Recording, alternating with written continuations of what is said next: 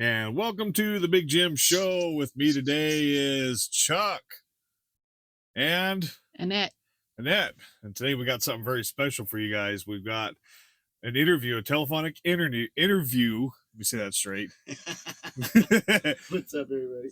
Telephonic interview. Got a telephone interview, man. Make it simple, bro. With a local band in Tempe called Tricus, and these guys are really good. I like a lot of their music. Their song Triple H is really good. They've got a lot of good songs. These guys have opened up for Megadeth.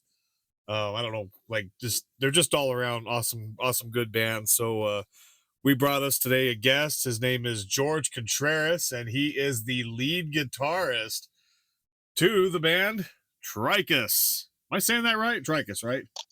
Yes, you are. All right. Well, how you doing today, George? I'm doing well. Just here at home relaxing with my wife on a beautiful Saturday afternoon. Oh, absolutely, man. Right on. So what are the plans for Tricus right now? We would love to have a front man that was as good as Dave was. So we're currently looking for someone to fill his shoes. So we've got several auditions. We've got one coming up in a couple of weeks, so hopefully that goes well. Awesome. Yeah, Dave was my primo. He was an awesome dude as well. Very good man and very good and talented singer as well. We'll miss him dearly. Yep. He had a unique voice, very strong. It was a lot of fun. It was a brother of mine, and we had so many laughs together. A lot of memories were just I'm driving in the car and I just think about something and I crack up because it's the stupid shit that we did. Oh, right on, man. So what else? What was your guys' favorite song that you guys loved playing together? Per se, even just with David, or even with the singer that you guys had before after David was gone. You know, it has to be the song "Strong" because that song was dear to me because it meant a lot when I wrote it, and when we played it, Dave got the audience involved, and he would have the audience raise their fist in the air and say "Strong" when we would say "Strong" in the song. So it was real powerful. It was something really amazing to see when we're on stage and then we see the audience reacting to the song, and Dave would get them to do that, to raise their fist and say "Strong." It was really, really cool. Right. So that was probably the favorite song to play. That would have been cool. Wow. To see that. It would have been a rush to have everybody follow your key. That would have been awesome. Yeah, that would have been really cool. Yeah, a unique experience to say the least. For sure, unique. Yeah, no, that would have been really cool to see. You guys do any kind of shows anytime soon? After they get their after you guys get your lead singer going? You know, we would love to. Sometimes it's just by chance when someone known, someone from the past, like say, I don't know, Queensryche would come to town and we submit our name to open up for a band like that. Yeah. And we get selected. You know, that's how it works. We get picked to do the show, and then that's how we get the bill. So hopefully something like that will happen. It would be nice to play on that stage again, or even Club 44. It's a happening bar down in Peoria. Oh yeah, Club 44. That's a nice stage. That's a nice venue to play. We would like to do something like that. How long was it before lining up for Megadeth? Actually, we never did play with Megadeth. Yeah. No, we did Skid Row, Queensryche, Ace Frehley twice. Okay, cool. And Jakey Lee from Ozzy Osbourne back in the day. Yeah, the lead guitarist to Bark at the Moon. Yeah, excellent. Yeah, exactly. So you got to meet all these guys. Yeah, we did. Yeah, wow. When we go set up, their stuff is there, and then they'll be there, so we get to chat with them and take pictures with them and just hang with them for a bit. So it's really, really neat to do that. Wow. Awesome experience. Dude, that's cool. Have you met Ozzy? Never met Ozzy. He's one of the few people I have not met. Darn, I was kind of hoping. I was like, oh man, what's he really like? But no, but you guys opened up for Skid Row, so have you met Skid Row? Yeah, we met the guys in Skid Row. Sure. Oh, man, that's cool. Meet Zakk Wylde. Oh heck yeah! But that was cool because he meeting him for the first time was like. He treated us like someone we've known for years. He came up to us and just gave us a big old hug and was so welcoming. It was really cool. Right on. Yeah. Oh man, that'd be surreal. That'd be crazy. Like, well, he's like Oh you know, yeah. a guitar god.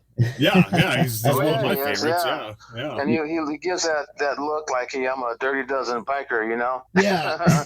Well, Yeah. when you up to him, and he's tall, he's 6'3". I was gonna say he's a big So- boy. Yeah. Yeah, he is, man. He's a real tall dude, but Aren't you? so nice. You don't look Well, so small yeah. I yourself. was gonna say, there, how George. tall are you? You've got to be at least 6'4". Yeah, I am 6'3". Yeah. When I Okay. wore the stage boots, 6'4". But him and I were eye to eye. Yeah, I was looking at you. I was like, wow, man, George that's a big boy there. Yeah. That's why I say That's Tricus, unique. man. Yeah. Tricus, So how did you Tricus. guys come up with the name Tricus? Because David was in a band called Tribal Path, and Okay.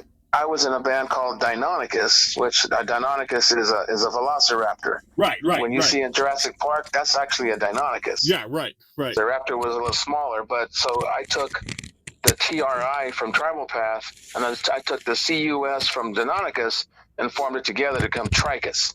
That's So cool. Oh, that's Tri cool. from David's band, Deinonychus from my band, we came together to join Tricus. So that's how it was formed. Oh, nice. That is awesome. Yeah, a lot of people It's don't cool. know It's that unique. about the Raptors. There Yeah. wasn't anything like that.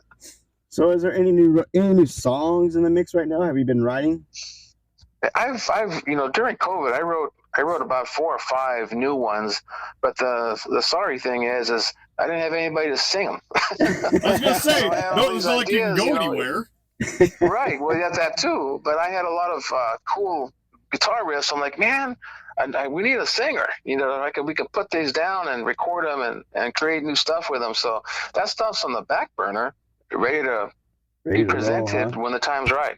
Awesome. Wow.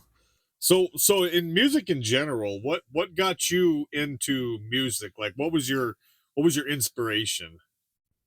Well, since I was 10, when I saw a commercial of Kiss coming to ASU.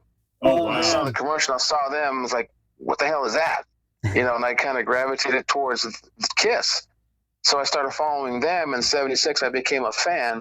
And Ace Frehley's guitar playing inspired me to play the guitar. Wow. Oh, yeah. Wow.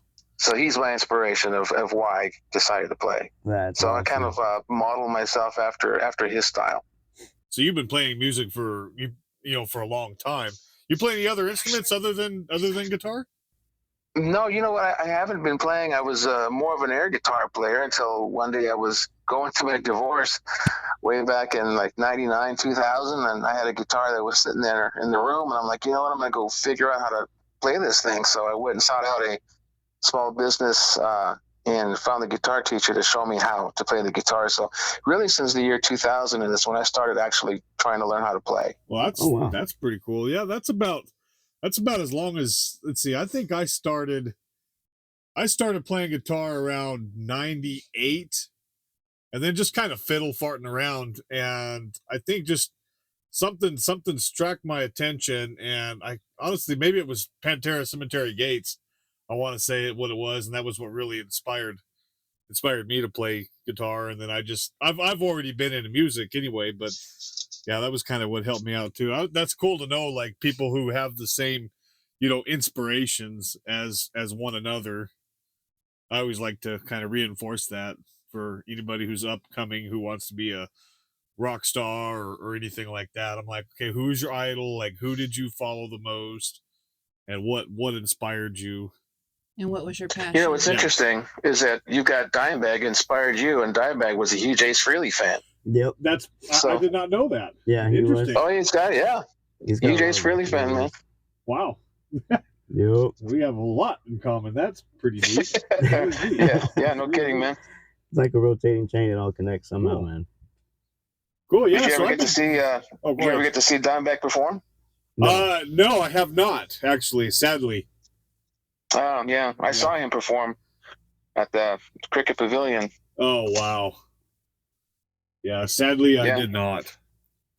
Yeah, that was That's too bad. That was a shame. We want to go see Alice Cooper and Rob Zombie. I've seen Rob Zombie a couple times. Never seen Rob Zombie before.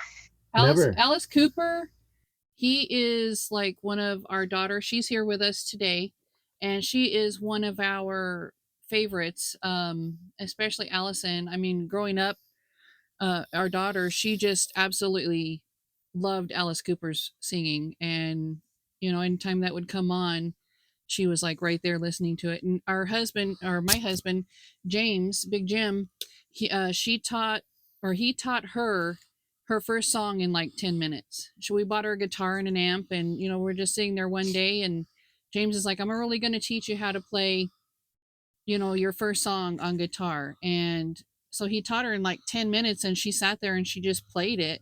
And I was like, well, you're going to follow in your dad's footsteps, evidently, playing the guitar. Oh, that's neat. So, and then she was also That's playing violin for a long time, and she got to play with the Trans-Siberian Orchestra. Really? Yeah, she got to meet Mark Wood and got everything signed by him. And her and her orchestra class got to, perform with the Trans-Siberian Orchestra, which is pretty awesome. Yeah, that's really, really neat. Yeah. Yeah. That's cool. I met Alice Cooper at a Circle K one time. I met him at a Denny's one time, like 20-something years ago. He was just sitting there at Denny's, and I was like, no way. And he's like, yeah. So I was like, it was before all the cell phones came out and everything. Of course, you couldn't get a cell phone. I don't have cell phones back then. This was like the early 2000s, maybe if that. It's before the smartphones. Oh man. I want to meet Alice Cooper. He what's he? Yeah, I mean, like what was your intelligent experience person. with meeting Alice Cooper? Mine? Yeah. I walked into Circle K and I saw him withdrawing money from the ATM. So I'm like, hey, Alice, how you doing? I was all fine. So we chatted. We talked about Kiss. Talked about the reunion tour. Nice. So he gave me about 5 minutes of his time just chatting about Kiss of all things. Well, But he had just come from golfing at the Raven Golf Club down the street on Baseline and 36th Street. Oh wow. I'm surprised he didn't jump whenever you just like came up and walked up to him at the Oh ATM. no, he's totally chill, dude. Yeah, I'm saying George is a big old dude. You know what I mean? He's like big old guy walking up. And he's all, hey, and he's like, oh shit. He was a smaller guy. Yeah, see what I'm saying? I mean, Alice Cooper, he looks like super intimidating, but he's a super chill guy. Way. He's very intelligent. He's been on Wallace and Lammo. He's been on the Muppet Show. Like he's a total softie. And then he was on what was it? Yeah, Tim Burton's movie.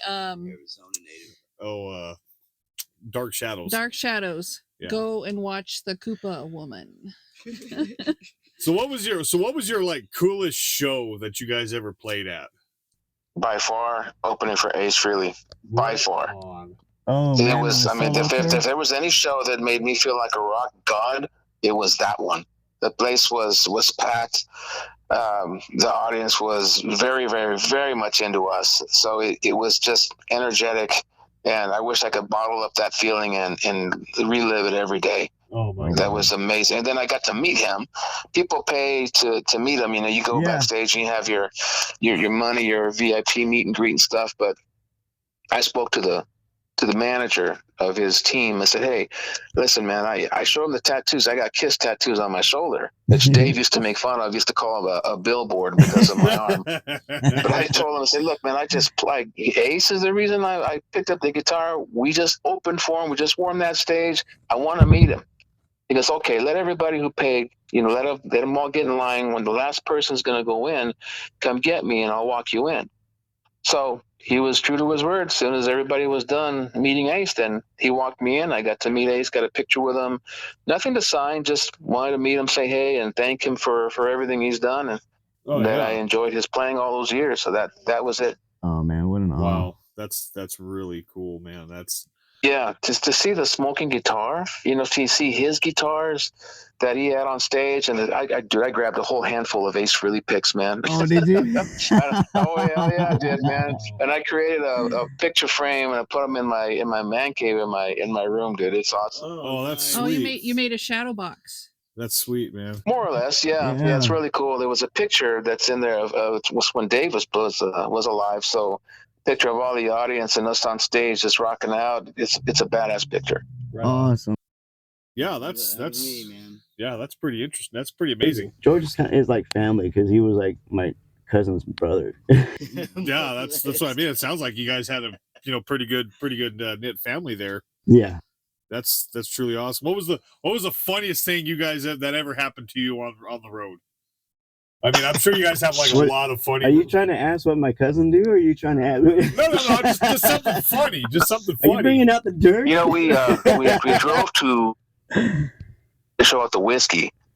So that was a lot of fun right there. Dave flew over there, and the dumbass, he didn't want to drive with us, so we drove on, hauled all the gear while that freaking prima donna took an airplane out there. Typical front man. He's a singer, man, right? He's a singer, so he's got no equipment. Typical front man. Axl Rose does the same exactly. thing. Exactly. So I put all the drums and amps and everything in my car, and I drove up there with Norm and Dave. You know, he's already there in the airplane, so we got to hang out. And in the Whiskey, he was at the Rainbow eating, and then we went to the Whiskey and just and played a show over there. But the funny thing is he had this idea to slice my throat on stage, and he had this knife, this big, well, it was a sword more or less, and it was during HHH, during the last song of the show, I believe, is when I'm doing my solo, and I'm supposed to lay my head back so he can grab that sword and just slice my throat. And there was like this packet of blood that he used. And so he did that. And Uli John Roth, if you know who that guy is, he's been around for 50-some years. He's part of the Scorpions family. I think his brother is in the band. So we opened for him and a guy named Bumblefoot, which had Guns N' Roses on his side. Oh, wow. So we bled all over the stage, and it pissed off Uli John Roth because we got stuff on his equipment.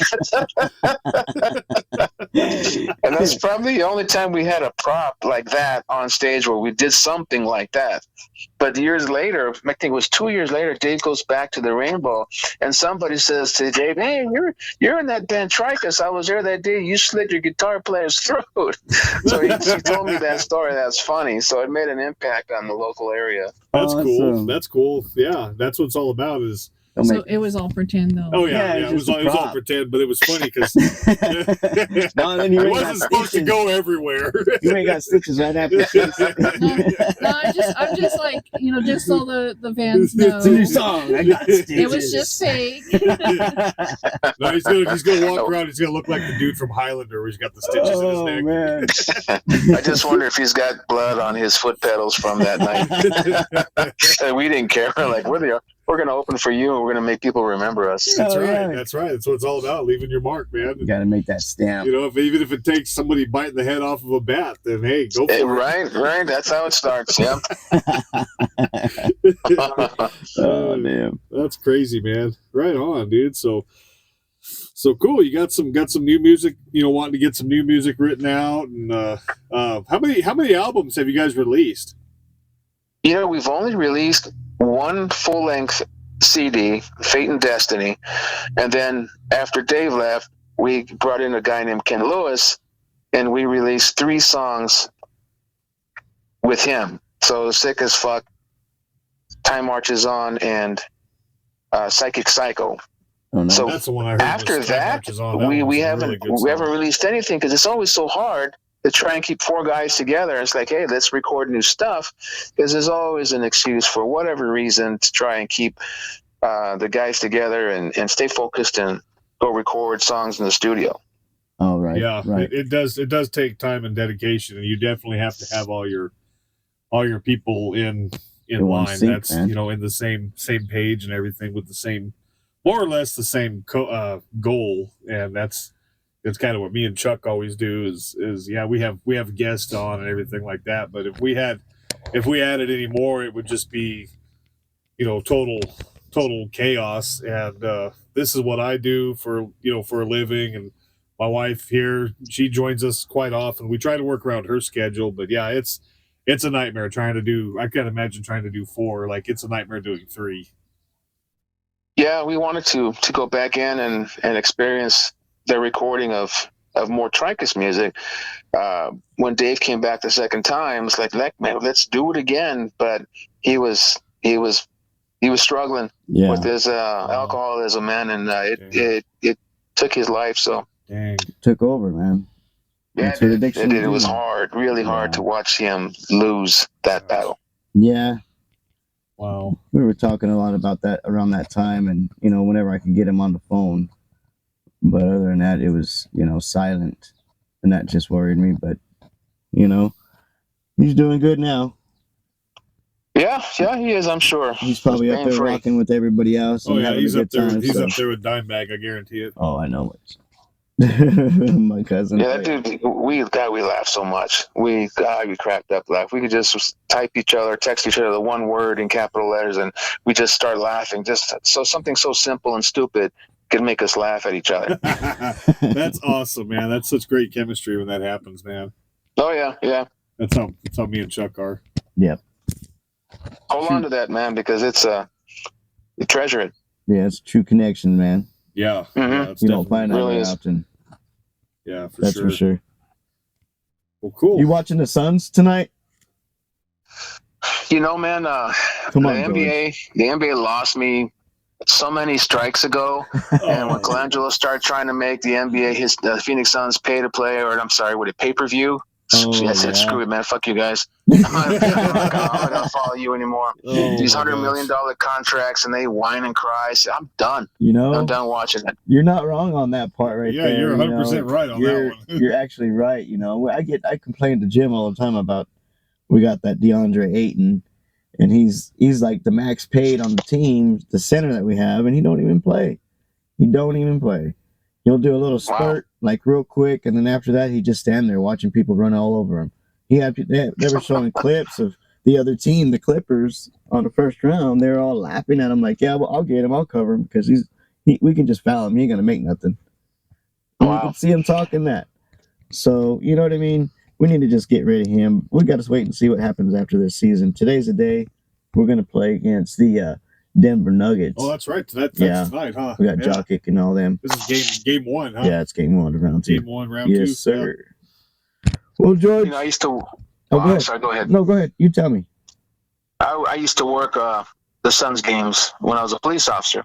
So working the Suns game was off-duty work for us. So I would work and watch those guys. This was Kevin Johnson, Dan Marley, Mark West, Tom Chambers. All those guys were on at that time. And I was getting paid to watch the Suns because we would do traffic control, let the people in to the Coliseum, and then nice. Let them out. So that's my NBA love right there. It's when they had those guys on the team. I have right now currently a Dan Marley jersey on right now. That's where it started, man. Yeah, that was where ours started, man. Cool. Back at the Kevin Johnson. Yep. When Paul Westfall was the head coach. Yep. Charles Barkley. Danny Ainge. Long range Ainge. Yeah. Yeah. My God. Man, Eddie Johnson. Remember Eddie Johnson's soft touch? Eddie Johnson was good. He's on the what do you call that? He's on the TV now. Yeah. Sports analyst. Yeah. He's on there talking about the game every night. Nice. He's part of the broadcast or whatever, which is pretty cool. Right on. Yeah, he was good. AC Green, you remember him? Oh yeah, AC Green. AC Green was cool. Well, brother, thank you very, very, very much for letting us call you and chat and find out more information about Tricus and let everybody else out there know that also, if you want to be a lead singer, get a hold of this guy, man. George Contreras. Yeah, if you got what it takes. Tricus. You got what it takes, man. Yeah, get a hold of us. We'll patch you through to George and give it a shot and see what you get. So if you don't think you can sing, give it a shot. You'd be surprised what you can and can't do. Exactly. I'm here to tell you that. You never know what you can do. Just go outside and scream at your sister or brother, and you might find out you can do it pretty good. You might sound like Rob Halford. That's how you can know, damn it. Oh, God. Look up Tricus videos on YouTube. Listen to our music on Reverb Nation. And if you think you can fill those shoes, get a hold of me. Awesome. Cool, man. Cool. We'll That'd be a great do opportunity for anybody out there. So listen up. Go get it.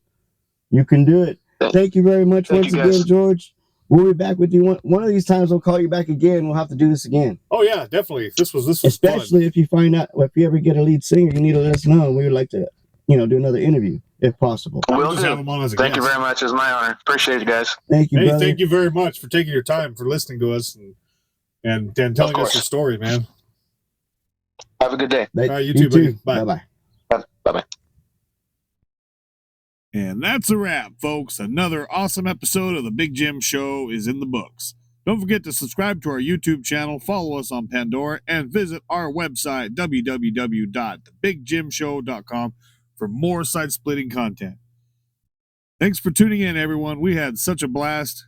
We hope you did too. And remember, if you have any feedback or ideas for future episodes, hit us up at bigjim@thebigjimshow.com. That is our direct email. Until next time, I'm your host, Big Jim, and your trusty announcer, signing off. Stay funny, stay fabulous, and stay tuned for more from The Big Jim Show.